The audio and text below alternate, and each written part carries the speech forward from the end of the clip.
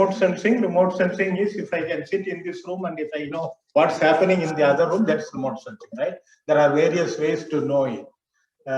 So the other opposite to this is in situ. That is, you really be there at the place and observe it. But if you are away and then if you are observing something, then it's known as remote sensing. Again, in remote sensing, you can do from space as well as from ground. The inaugural talk we had from Dr. Jean-Paul Vernier is from space. The similar system, you can do it from ground also. And then basically, when you talk of remote sensing, there is one is known as active remote sensing, another is passive remote sensing. Active remote sensing means you use your light. It's a good example is like a camera with your flash lamp is active remote sensing because he uses the light. Whereas if you take a picture without the light, it is passive remote sensing. That is existing light you use. So there can be again we can classify into radio wave and sorry. I did something.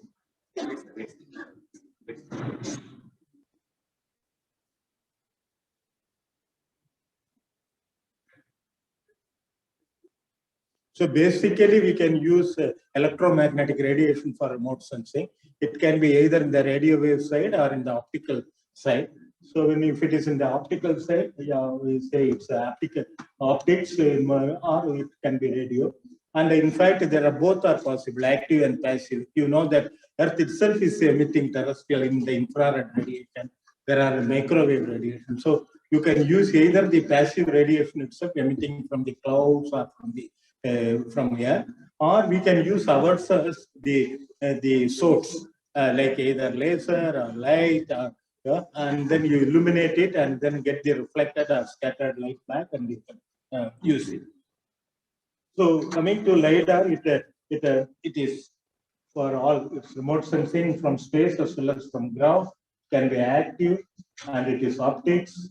So active remote sensing is the Lidar tool. So LiDAR stands for light detection and ranging. So it's similar to radar. In radar, we say radio wave detection and ranging, right? So in LiDAR came later. So here we call it as problem. So I don't have to go from the beginning.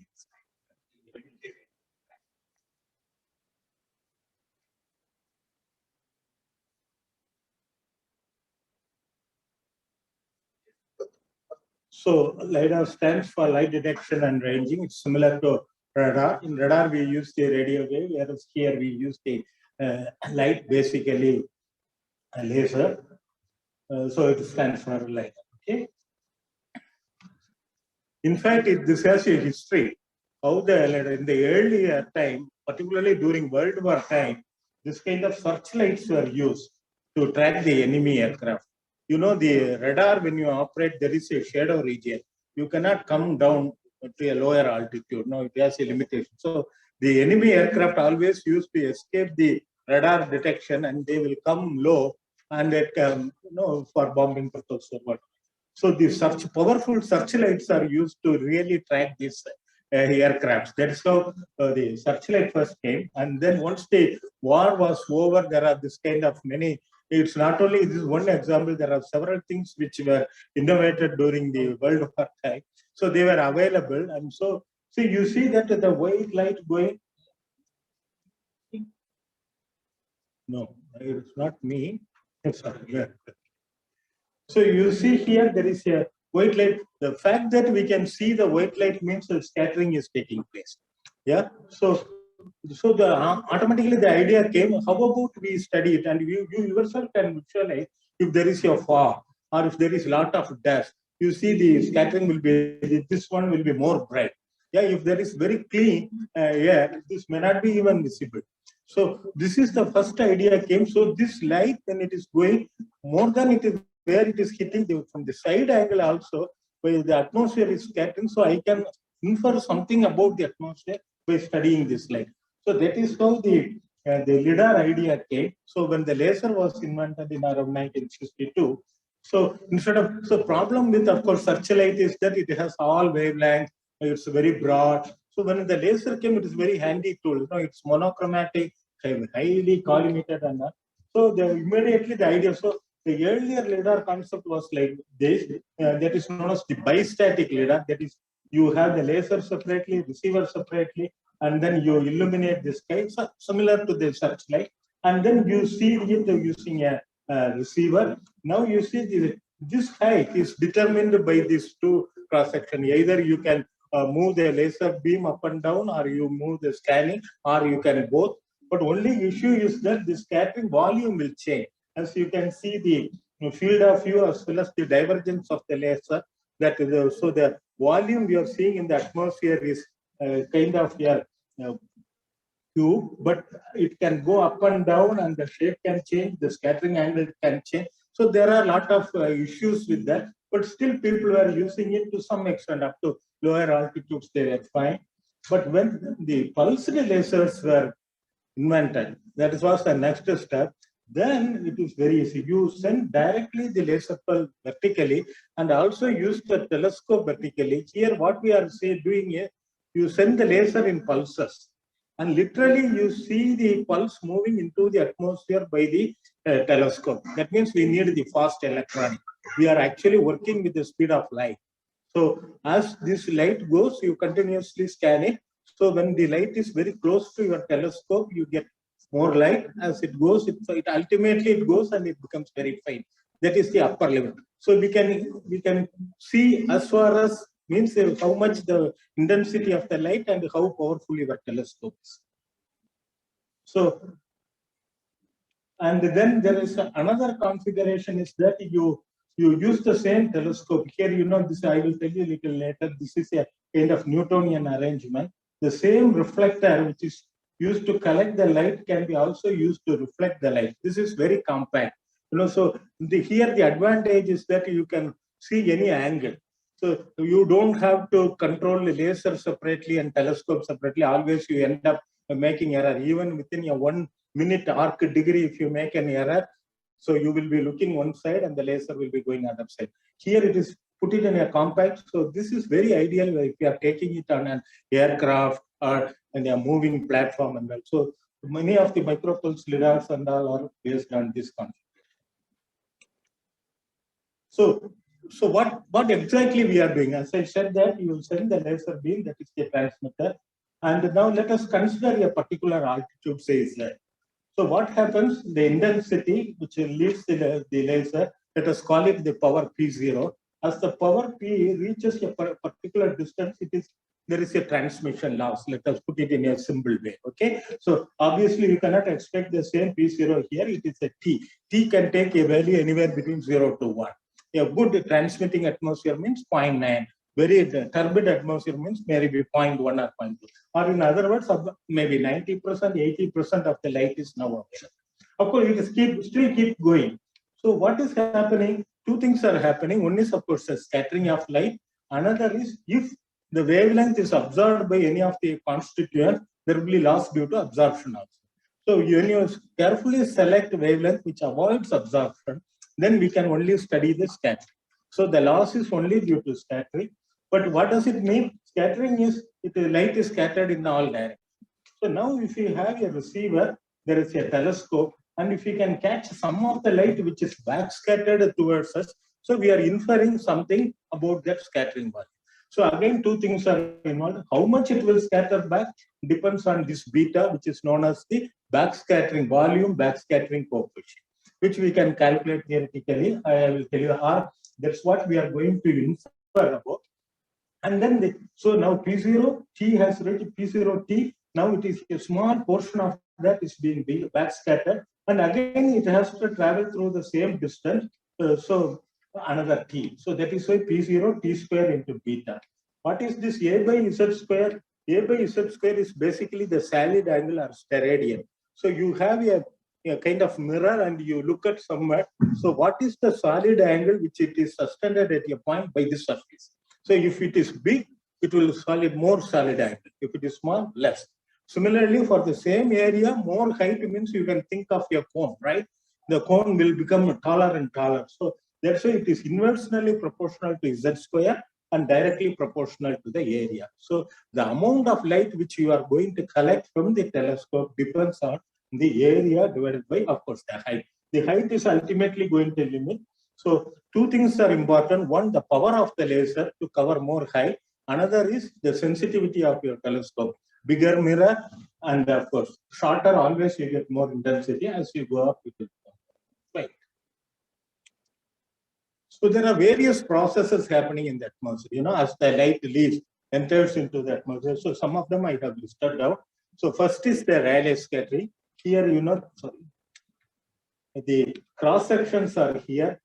Cross sections become larger and larger as you in this direction. So Rayleigh scattering cross section, of course, the absorption, resonance scattering, Mie scattering. These are all known as elastic scattering. The meaning is that whatever wavelength you use, the scattering also is in the same way. So that is known as elastic scattering. Inelastic examples are Raman scattering and fluorescent scattering. That is, you hit the target with one wavelength, but fluorescent scattering means it gives fluorescence in the some other wavelength, or as well as the Raman scattering also, the standard Raman shifted wavelength. So here the wavelengths are. Okay, with this kind of Lidar, there are Lidar technology which uses almost all of them. They are depending on that, it's called by different names: resonance scattering Lidar, Raman Lidar, Rayleigh Lidar, Mie Lidar.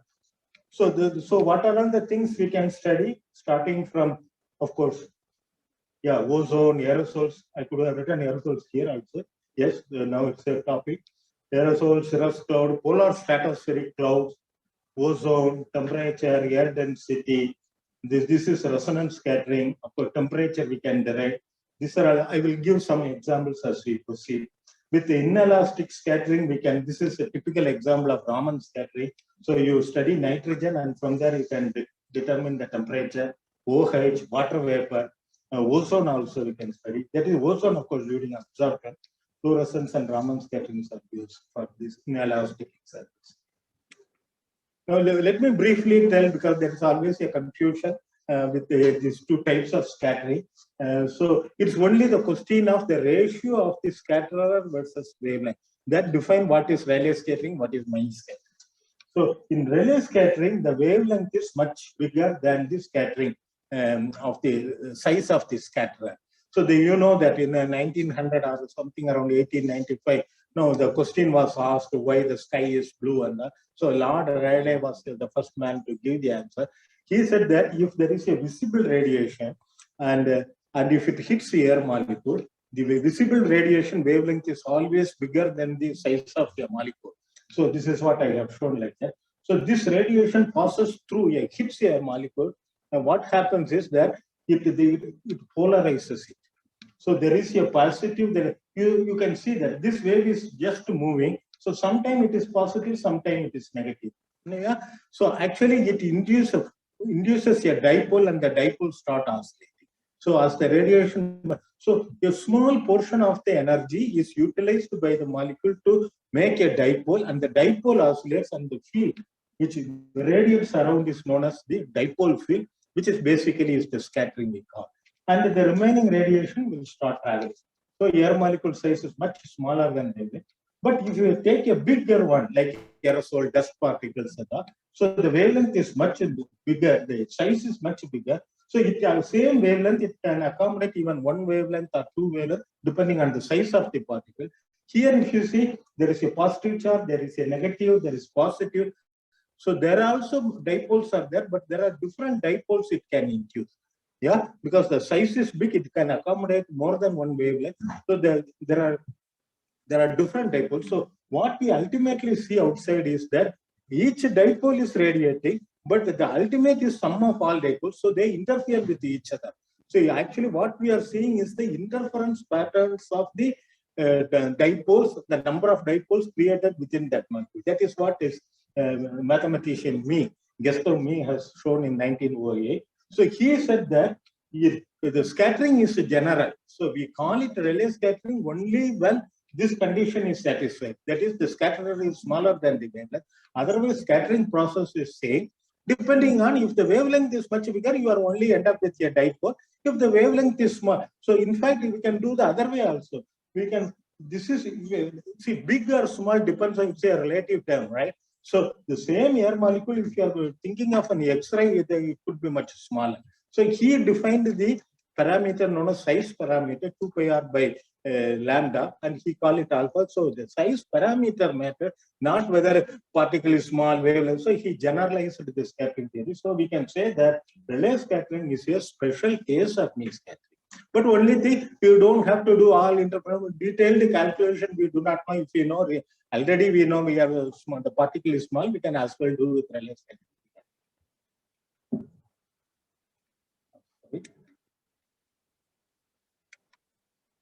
So this is the phase diagram for Rayleigh scattering.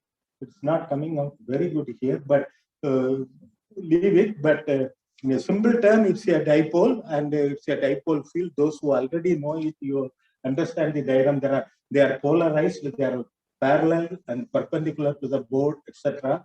But this is basically the dipole field. What you see in the outside is the net scattered radiation. But there are two components. One is the parallel component, another is the perpendicular component. So at 90 degree, one component will be missing. That's why we call Rayleigh scattering is polarized at the 90 degree. The one, for example, which is, suppose if I assume a dipole which is perpendicular to this board, where you think of your spring which is oscillating and it is just perpendicular to this board, you will never see whether it is oscillating or not, right?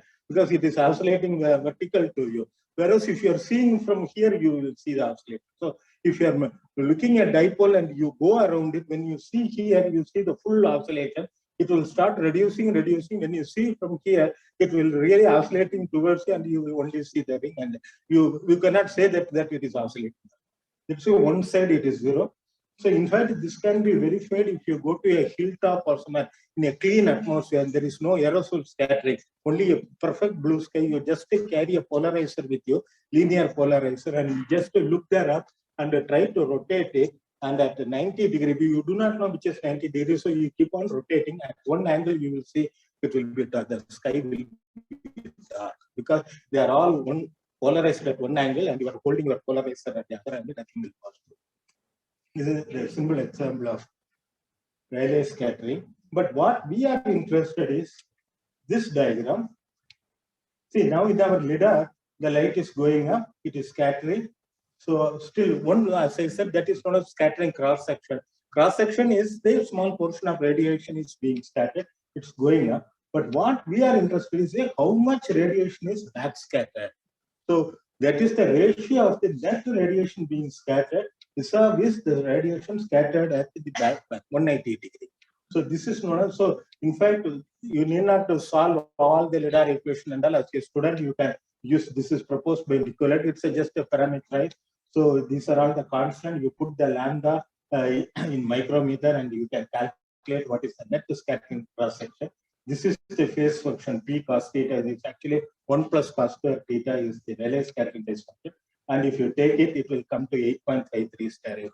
Just remember it, this number, this is constant as far as, because here we don't really distinguish whether it is oxygen molecule or nitrogen molecule, and it is very small. When you are writing is with a few decimals, they are constant, they don't change. So no technique is so precise that you really you need to do that kind of detail. So similarly, now when you go to Mie scattering, as I said, now what is happening here? It is ammonium sulfate particles, and only the size is increasing. The wavelength is fixed. So we are the particle is somewhere at the center. So this looks almost like Rayleigh scattering, But as the size increases, here it is 0.12 micrometer, 0.2, 0.24.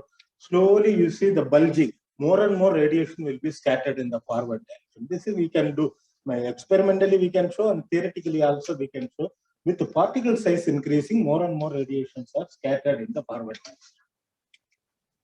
So, of course, as I said that there are several dipoles, there are interference, and there will be so this kind of patterns you start seeing as the size increases. So here I just calculated is my earlier calculation for different types of particle. What is their scattering efficiency, extinction efficiency, single scattering algebra? They are more detailed. But as I said, again, we are same diagram. You remember for Rayleigh scattering, total scattering versus what is scattering at the back. Similarly, this is Mie scattering diagram. The particle is here. More scattering is scattered in the forward direction, a small portion is coming at the back. So again, we calculate the total radiation and calculate the back scattered one, and we can calculate same like air molecule. We said that 8.53, but here aerosol we cannot say. Immediate question is what aerosol you are talking about. There are different types of aerosol: urban aerosol, continent polluted, continent clean, desert aerosol. Aerosols are basically particles which are suspended in the air. You just do this is aerosol. That's it. As far as this is in the air, when it is suspended, they are called aerosol. So smaller the particle, they are suspended more in the air. Okay? So when we are hitting a laser with this particle, this is what is getting, and then this ratio. Instead of showing one, I am just showing it to two wavelength. Of course, the normal wavelength is 532. That I will come little later. But this I show depending on just to show that this is relative humidity. So it is not only depends on the type of aerosol. What is the humidity? Because humidity, the particle can absorb water and it can grow or it can shrink. So same aerosol can be big or small depending on the atmospheric humidity. And then of course different wavelength it can change and the size of the aerosol can change. So you see, as far as urban is concerned, there's not much difference between 500 and 550. But wavelength dependence is very strong when we go to desert, 22 versus 19. And the rest all are more or less. So desert is kind of mineral particles there, coarse particle. But whereas in the humidity, the sensitivity is less, whereas the kind of urban or polluted, you see 59 to 71, large variation in the humidity changes. So these are all the kind of things which we have to keep it in mind. So when we are, ultimately when we invert our measured data into actual measurements, these are all the things we have to keep it in mind. Of course, absorption is simple. You might have learned in school or in colleges like Beer-Lambert law or Boger's law. That is, you fill with some gas the tube. Suppose for an example, you take ozone and ultraviolet. Fill the tube with ozone molecule. You send the ultraviolet light. You measure the intensity here. As I said, the T. So I0 I said. So I0 into T. It is the amount is only a small amount is transmitted. So T is nothing but exponential of minus tau. Tau is the optical depth, which is unitless, which is the multiplication of beta into L, extinction coefficient into length. Length is the unit, of course, L, and this is L minus 1. L minus 1 comes because the cross section is always given in terms of area, centimeter square. And the cross section is for one air molecule. Suppose if I want to know total what is the law, so I multiply with the number of molecules. So number of molecules is per cc. So cross section into C cube minus 3 gives per L, that is known as the coefficient. And that too, if you multiply with the total length, you give the total attenuation or the optical depth, which is a unitless term. So now we are a little bit more knowledgeable about what is scattering, what is backscattering. So now we can, same thing, whatever I have written earlier, but only one problem is that this beta into T, T I said it is the transmission, beta I said it is backscattering, but as you have seen, they are interrelated. The scattering itself is giving a small amount of backscattering. So when I write the equation and if I want to solve it, there are one equation, but there are two unknowns.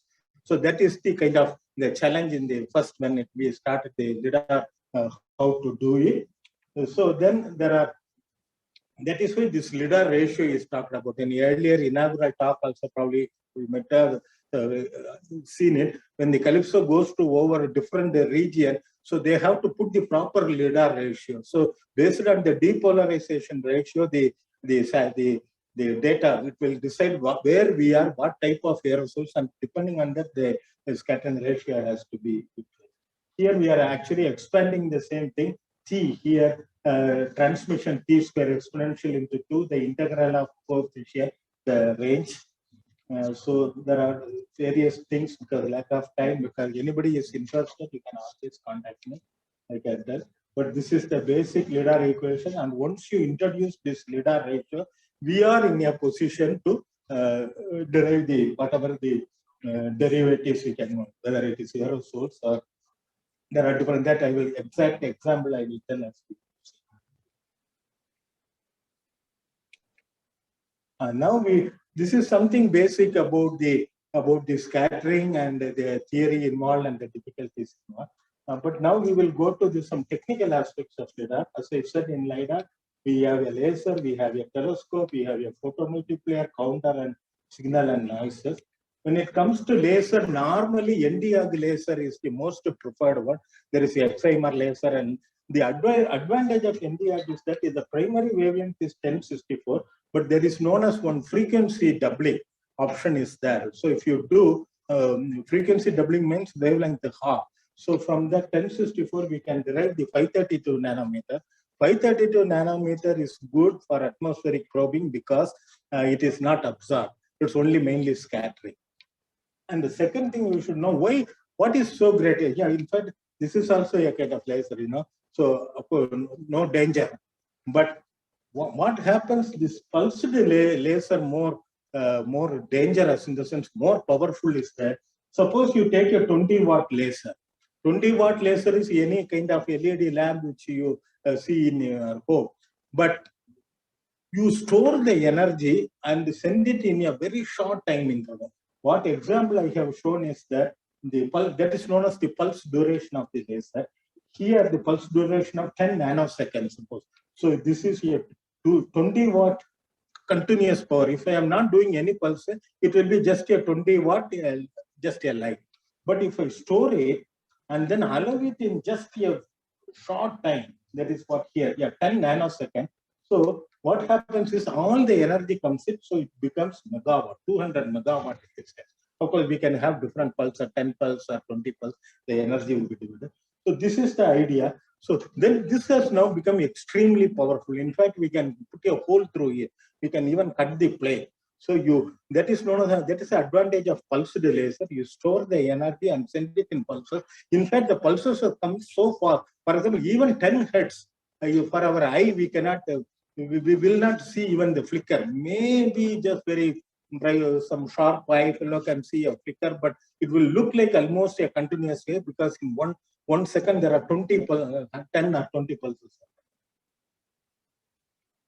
Now again coming to the telescope, these are all the two standard one. One is known as Cassegrain telescope, another is Newtonian. In every telescope there are two mirrors. One is the primary mirror, another is the secondary mirror.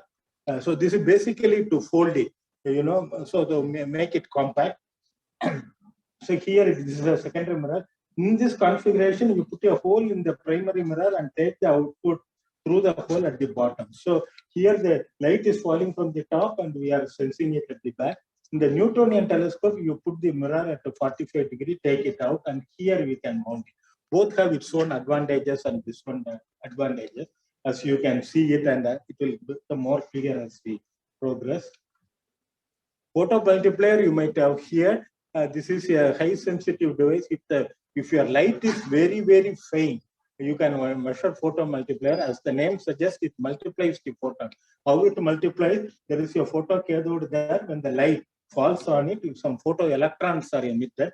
And these are all known as diodes. So the total bias voltage may be 1000 volt or 2K. So you put it different diodes. So every diode they hit, they are amplified. More and more electrons are produced. And as a whole, it will come out as a pulse. So that is why it is known as photon counting. When the faint light falls on it, it is multiplied and the photoelectrons comes up.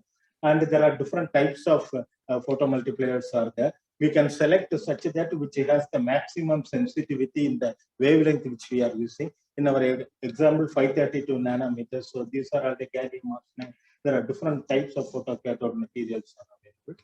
There are also gated photomultiplier. This is because there can be sometimes some strange light or photon can come. So we can put a negative bias here and do not allow the photon to go to multiplying stage. We can stop it for some time and release it. So that will also a little bit clear when we still progress. So this is what for the time being, as I said, the photomultiplier, incident photon, it will produce a pulse. Another photon, it will produce. It can be on different shades depending on the intensity. So it will produce some pulses like this. So these pulses, you send it through a discriminator and a pulse generator. So here you see they are now converted into perfect pulses. This can be counted by a counter. Why this is necessary is you see that sometimes there's some small pulses also come. They are known as thermionic emission. Because, since we are having a high gain multiplication by accident, by temperature, if some one electron comes out, they are all in a highly biased, positive bias is there. So one electron comes, it can also get multiplied. So we have to get rid of these smaller fellows. So what we can do, you bias the photomultiplier, but do not allow any light to enter into the photomultiplier. And then you keep the discriminator level at the 0 level and to see it is counting anything. So these are all known as thermionic noise. Some strange electrons are coming. So then you start increasing the discriminator level so that I do not want pulses which is below certain level. But another thing you can do is that cool the photomultiplier to avoid it. So in fact, it is a combination of cooling the photomultiplier to reduce such kind of noises and then set the correct discriminator level so that only the proper signals are counted. But of course, there are counting errors. You see here, one fellow comes, now this passes, this will not pass, this will pass. So you end up with the 3 pulses, they are all coming one after the other, right? Now, one pulse means in this example, which I have used earlier, 50 nanosecond pulse means, so there is a 50, 50, 50. So total is 150 nanosecond and one pulse. This is what the counter it is going. Now the counter can count if they all come one after the other. Just assume that if they all come together, that is when one pulse is made, if during that time another pulse comes, it will miss it. It is something like if you are all asked to come one by one, we can count clearly. If everybody comes as a bunch, you make a tremendous error, right? So in order to count properly, the count should come one after the other. So when can I say that the count is coming after or not? That depends on the intensity. In fact, we will see that after a certain time, the counting limitation is there. It will continuously, every 150 nanosecond, it will send one pulse. It will, irrespective of intensity, is increasing. So particularly at a low altitude, when the scattering is more, the pulses will be coming too fast. So there will be a saturation. So we say that this is the time we have to move from counting mode to current mode. Photomultiplier, there are chances. Current mode means basically whatever the voltage it produces, you measure. That is an analog mode. Count mode means pulse by pulse, photon by photon. Another one is this known as the overlap correction. Though we say that laser and the telescope are looking up, but telescope has a field of view and the laser also has a typical divergence there.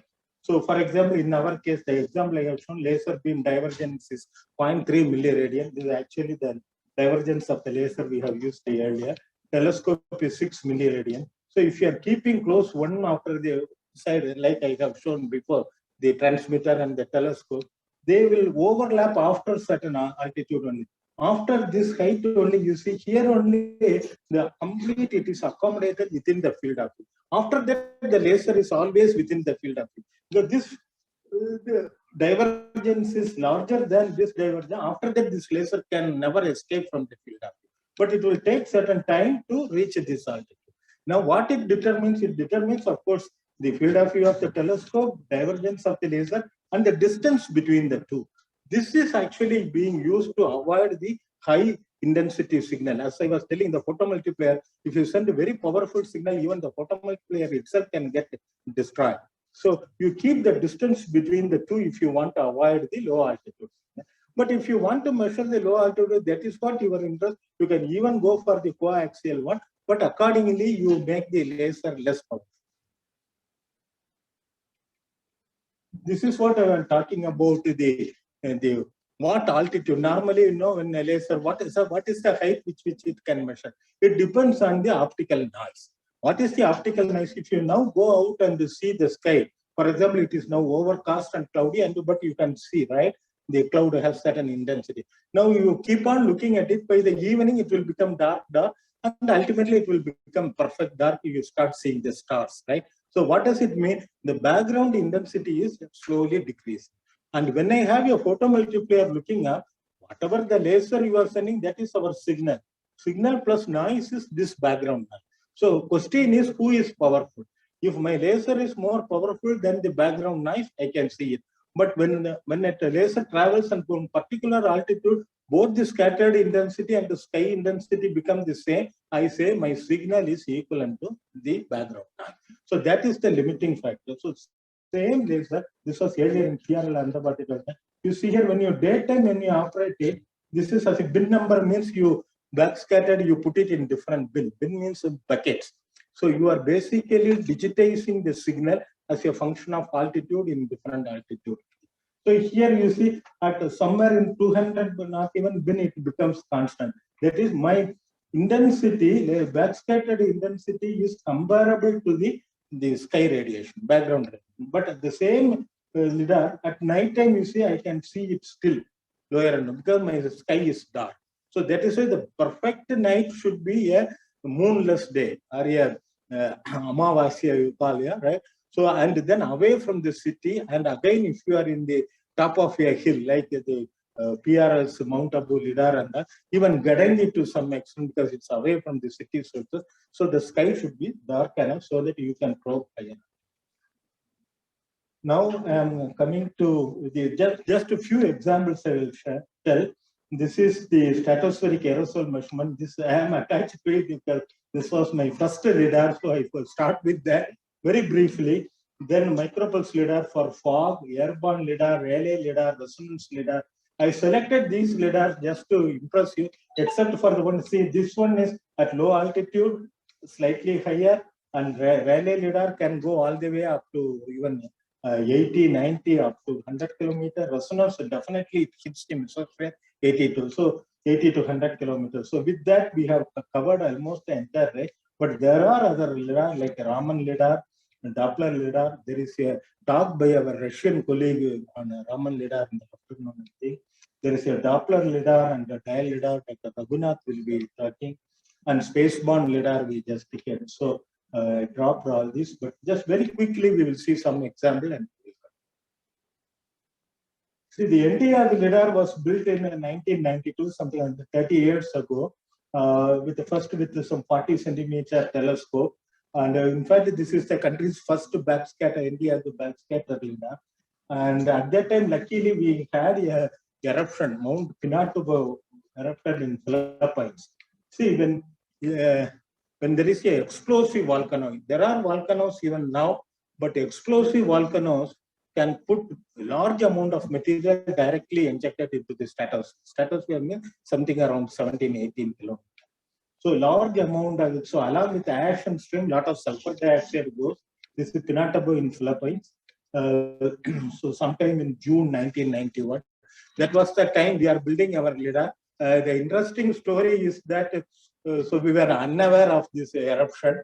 So before you do the lidar, you calculate how much signal will come from troposphere, stratosphere. Stratosphere means basically Rayleigh scattering and air molecules. So I use the symbol Rayleigh scattering correction, air density and all. We are very ready. And then we switched on. Whenever the system was ready, I have already my theoretically calculated profile. And then now we are getting. But what happens around 17, 18 kilometers, it starts deviating. We never know what is happening. Hey, some problem with our lidar. 18, 19 kilometers, how will the signal can increase? It has to exponential. Neutral density, if you see atmospheric profile, neutral density exponentially to fall. So signal should also fall, except for some scattering from clouds and aerosol, lower altitude. Above 17 kilometers, nobody. That at that time, our knowledge on aerosol was also limited. We are so disheartened. And me and my colleague, Dr. Acharya, maybe he's listening. Hello, Acharya. So signal is coming. There is something wrong, but it is deviating. So it went on 1 month. We never know what is happening. At that time, one of our professor was in NASA. He was gone on deputation. So he sent me a telex at that time, not even email. Because at that time I was doing with balloon aerosol measurement in the stratosphere. A.Jayaraman, I heard there is a volcanic eruption in Philippines, and all scientists are here excited. At that time, they see there is no Google, anything now you can, even if you do not know, Google will tell you what is happening today. But at that time, no Google, no internet, nothing. Only telex came. Do you want to do some balloon experiment to study that? I got it. I still remember that day. I took the telex and ran to my friends, Acharya, who is the engineer assisting me. We got the answer. What we are measuring is volcanic.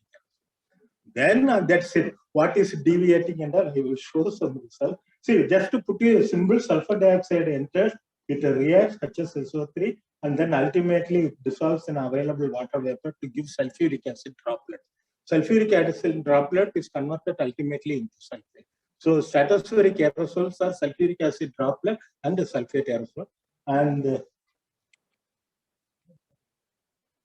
this is the backscatter lidar just diagram. I don't want to go into the detail. Yeah, laser, whatever I have done.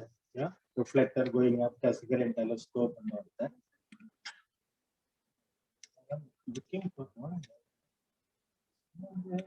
Yeah, inversion algorithm. Again, I am not going into the detail. It will take too much time. I think Dr. Harish Gadavi is giving a talk on inversion algorithm. So who are all interested, you can listen to his talk. But these are all the earlier pioneers, like Clut and then Fernald, and then Clut improved that algorithm. We used in my earlier work, we used the Clut algorithm. Later, Harish Gadavi used the Hessner algorithm also for airborne lidar. And this is what I am telling about the profile. So what we expected is the blue curve, which ultimately happened in 1999. But when we are expecting this blue curve, what I got was the black curve in 92. This much deviation, which we can never expect. And even now, no, after 91 Pinatubo eruption, there is no other such a powerful volcanic eruption happen. So it was so, first it was so tragic that how the pulse can look like this when we are expecting this. But ultimately, you see here, it is decade 92, 93, 94, ultimately 99 it reached. So we did a model calculation also, put some 30 megatons, put some 50 megatons of sulfur dioxide. See what happens there in the stratosphere, there is gravity is less, first thing, there is no rain. So anything you put it in that height, it can remain there because they are very small. We are talking about 0.2, 0.1 kind of micron size. But only thing they have to collide with each other to be, once they become bigger, it feels the gravity also, only gravitational settling. So it may take about 3 years. That is what we found and we published. So irrespective of the amount of aerosol you put into the atmosphere, it will take about 3, up to even 100 megaton we did it, and we showed that it will take almost 3 years for the atmosphere to clean by itself. Now we are going to the next lidar. This is known as the micropulse lidar. This is what I mentioned here. Both the laser and all are intact. I think now also it looks like this only, and it has changed. So this we really used it. We had a mobile lidar. We put it inside and we took it to various places and that. This is first with Harish Gadavi, and we are going. He went all around his Gujarat. Gujarat was his first choice because he lives there in Bhuj area. I hope Harish is listening. And see, this is the expected Rayleigh scattering. This is the me scattering, the excess. So please note that. So aerosols scatter more radiation than blue sky at low altitude, again 2 kilometers. That's why whenever you see out, the sky is always dirty, never blue. But if you take an aircraft, so whenever you are flying, you just keep on watching as the aircraft slowly ascending. When it reaches 3 kilometers or 4 kilometers, just to see the sky will be perfectly blue, except for clouds if it is there. So as we go up in height, bottom it is dominated by me scattering, that is aerosol scattering. That wavelength dependence is less. That means it scatters almost with the same efficiency, blue light and the red light. So it is as good as stands up as a white light. So that is what the fog or whatever you see now. But once you go up, it's only Rayleigh scattering, it's a dipole scattering, so it's very blue. So we did some fog measurements also. We got again, same thing, we took it to Delhi and how the fog dissipating. Just I'm showing one, Dilip Ganguly was the experimenter at that time, and the fog. So this we got many interesting, so fog, again, Delhi fog, Bangalore fog, and all the aircraft has problem in landing. So Normally, they measure the visibility, runway visibility horizontally. But with the Lidar, we can measure the visibility vertically. So for the pilot to land, whether he is seeing the runway or not, it depends on the integrated visibility of that. So to our surprise, we found that even though when the fog is dissipating, when there is a upliftment, there is an increase at 200 meters, 300 meters. So these are all some of the informations academically more interested, and some papers we could publish on that. So later was the NRL, of course, this Bhavani Kumar and myself, there is a Lidar made, and then Indian pattern types and all were made, almost like micropulse Lidar. So the advantage is that you can always operate it throughout the day. So only limitation is how high you go. But for boundary layer characterization, this Lidar is really good. You see here night to one night to the next day night, 24 hours. You see here as the activity started, more and more aerosols are produced. But as the sun rises and when the surface is heated, the convection starts. So a same amount of aerosol, now they are diluted. So that means the early morning you might have seen it's a shallow boundary layer, but the noon time it will expand. So actually early morning they say that it's all nice, very good, Surya Namaskaram and all. But let me warn you, in a polluted city, early morning the air is much more polluted because there is no escape. It's a very shallow boundary layer. Actually, noon time is good in that way because it is diluted. But the problem is noon it is very hot and the sun is. So you have to decide whether you prefer a polluted air or a hot sun. So that was very handy. So we put it on this Rithyan aircraft from NRSA. So it already has the bottom has a glass window. They use it for their for geo mapping and that. So we made use of it, put the Lidar looking up and down. Our idea is that when you say a city, normally we say, our city is very polluted. You come to our area, that's very clean. So my question is, how far you have to go from the city so that you do not see the effect of city. So Hyderabad, that's why we wanted to map at a different urban location. So this was one example over Hyderabad. So 150 kilometers, we made two sorties, one in the morning, another in the evening. This is the first one is actually evening chart. This is the morning one. So same scale is 2 kilometers only. You see clearly the boundary layer. So the aerosols produced are confined the first thing up to 2 kilometers. Okay, and even up to one, depending on the source strength, even up to 150 kilometers, it is 75 both sides. They are there. But only thing you see very carefully if you monitor the morning one, you see the red, more aerosols are there still confined to the lower altitude. By the time you come in the evening, you see they are lifted off and they are there. And see, so the boundary layer, what happens slowly, the aerosol comes and it gets trapped. Nighttime when the boundary layer collapses, some aerosols are left behind. That's the only way of source. So first there is a reservoir and then it is released to the upper boundary layer. Then it is called the free troposphere. Then the aerosols are free to travel to different places. So they are all known as the transport to different regions.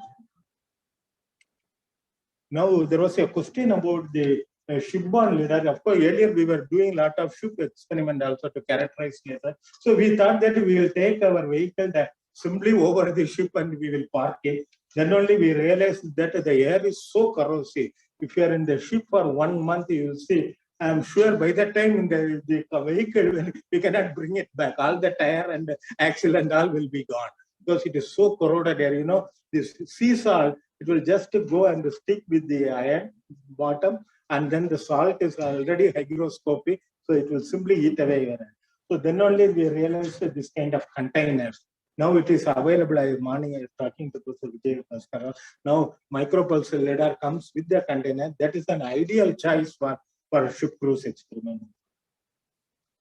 So this idea we dropped afterwards. Of course, we have to refurbish it. This we refurbished. This is how it looks inside. So similar thing we can look if you want to have comfortable sit and work also. You can make a little big container.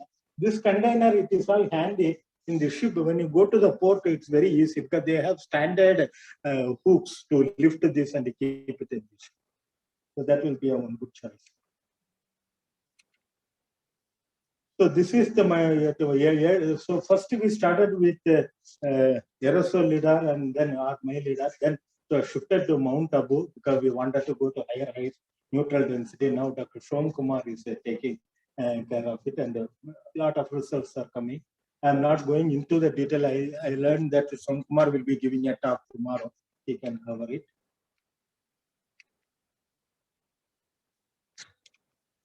Yeah, this is some example of, see, one thing I want to tell is that above 30 kilometers or so, the scattering is purely Rayleigh scattering. Even volcanic aerosol also, they do not go beyond about 30 kilometers. So the signal is directly proportional to the Rayleigh scattering. Whatever attenuation, net attenuation is happening at the bottom, so the signal can be directly converted into the neutral density. Once you know the neutral density, then how you derive the temperature, you go to the topmost layer and say that you use one model data. You say that I measured this some pulses here, some relative, and this is what the density model shows. Then you use, suppose rho. Then you only use dou rho by dou Z. Because here from this you estimate the slope. With every d Z, how much the intensity is increasing. So this information is measured. With one value, you start from the top. That is a guess value.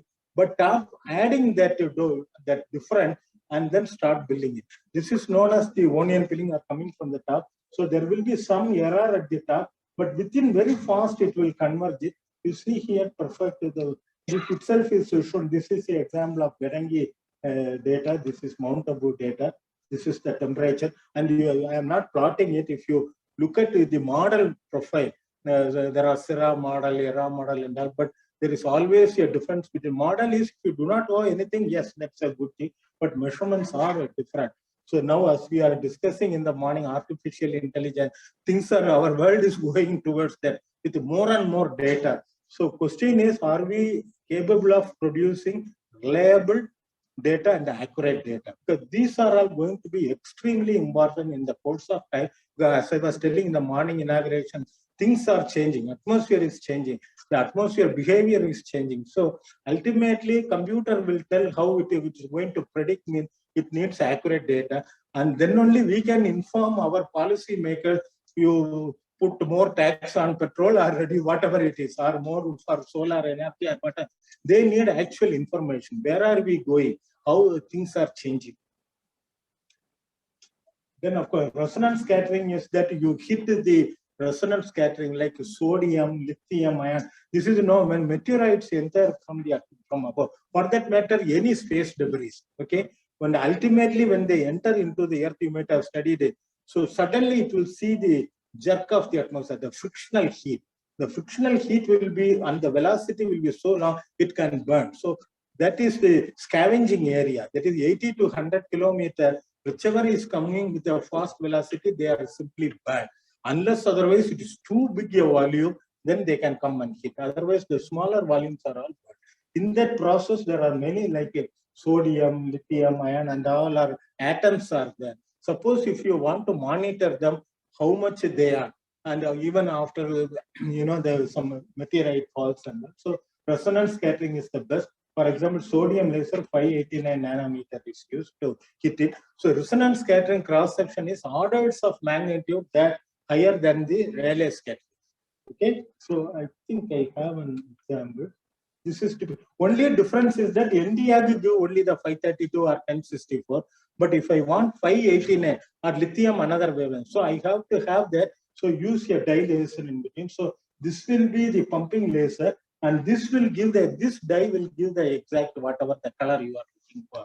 Then of course beam expander and all the standard. You see here, this is again bin number or altitude. So with the Rayleigh scattering, it is going on down, down, down.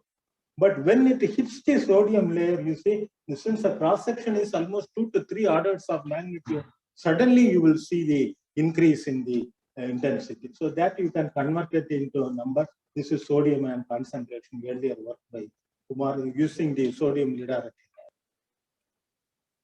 So I am coming to the end. So I have shown about the basic aspects of atmospheric scattering with reference to that of remote sensing. Some technical aspects we have seen. Some examples of different Lidar system and their usage we have seen. Of course, my purpose of this talk is to motivate young researchers to basically to give you a glimpse of what is Lidar, what is its capability. Now it is time to go take the Lidar into the next level. Always when you hear a talk, the basic impression, although you have done everything, it's all there, what else to do? So that question, in fact, even physics, everywhere that question. But that is what the challenge is there. In fact, in the very beginning, I told you, searchlight, then laser came, continuous wave, then pulsed laser, pulsed laser. If they might have thought that, oh, laser come, you are measuring what is next. Nothing would have come. Then dial came, then resonance lidar came. Then now, why don't you take it to space? So that is known as out of the box thinking. So okay, fine. So you always stand on the shoulders of others so you can see further. So good, fine. Appreciation is good, but the challenge is then what I can do next. So that question that is what my motive to the younger people. So this is what it is. This is the tool. This is what has been done. Read it, learn it, and then ask the question, can I think of something different? Nobody knows. Now also nobody knows. But suddenly the idea comes. Then only, something else comes. So that after 10 years, if the conference is conducted, there will be one more slide, this letter, and with your name at all. So please do that. So that is what. Then, of course, coming to atmospheric science, as it was mentioned by various guests, atmosphere is in a deteriorating state. And nobody, I do not know how far, as Vijay was telling, atmospheric science is not even properly taught in the school, colleges and all. But honestly speaking, see, it's a very thin layer protecting us, and we cannot allow to get deteriorated. We are actually marching towards a disastrous thing. And if not, we may succeed. When I mean we senior people, but there are junior and your own children. Climate change we cannot escape. It is a slow and steady, like a cancer. It has started. So for that we need accurate data, like Lidar, and also continuous monitoring, taking reliable and accurate data to tell our policy makers that this is what is happening. Now, normally I tell my people about it is like, as we get old, we do our blood testing, right? So all the profiles will come, cholesterol to thyroid to, you are all still here. But like that, our atmosphere also, we have to keep monitoring, and then the response, how atmosphere is responding. And that is the message I want to convey. So Lidar is the best tool. With that, I conclude. Thank you very much for the question. Thank you very much, sir, for your wonderful explaining now. You have very nicely covered right from the basics, fundamentals, to the first cut results about which you have done when you are a student. Really, it is exciting, and now I can say that living legend. I give my word that. And with this, we can we'll have 2 to 3 quick clarifications if anybody. Yes.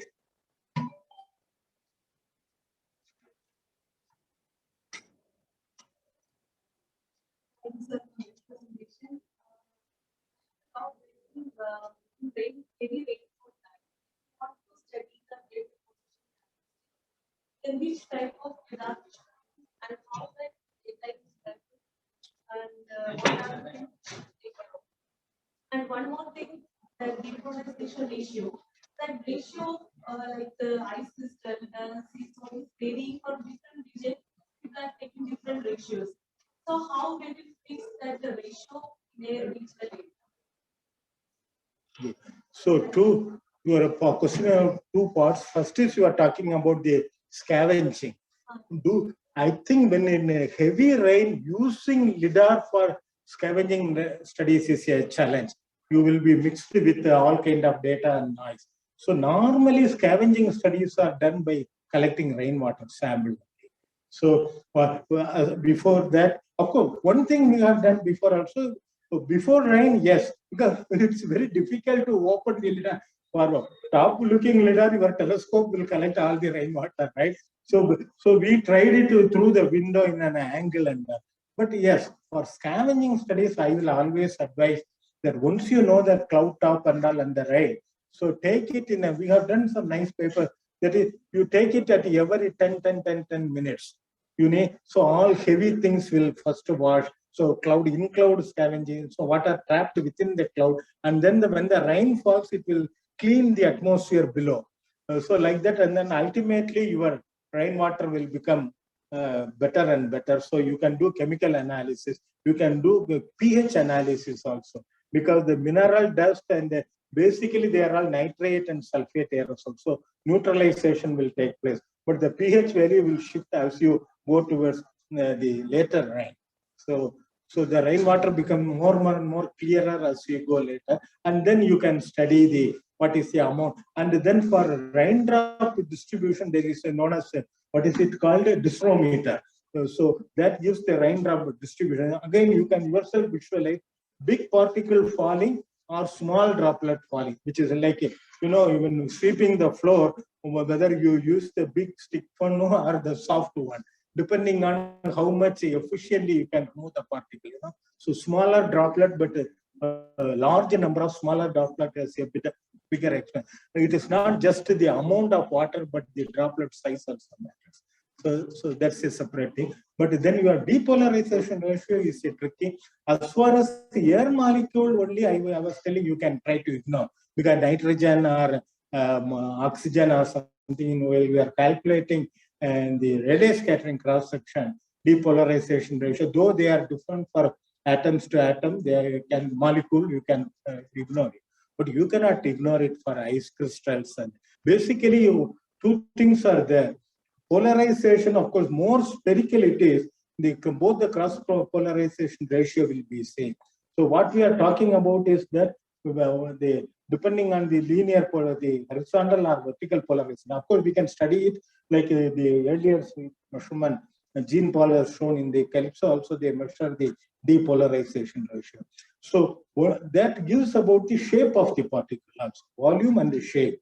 If the shape is, for example, crystals and depending on the orientation, you can visualize the depolarization will be different. Of course, theoretically, one can make calculation, the fractal dimension calculations and all are there to actually calculate it, or you can measure it also.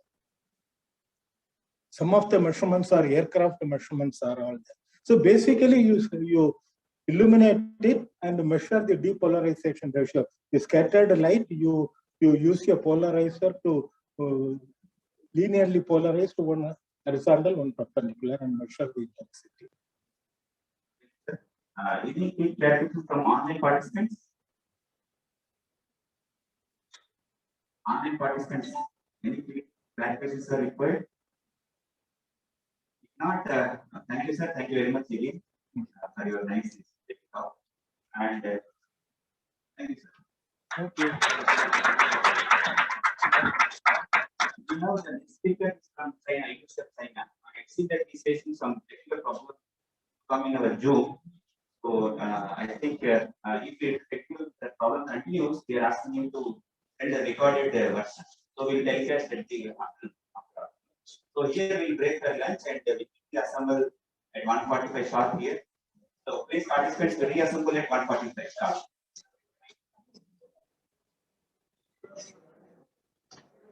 Sorry, I couldn't hear. What time the next session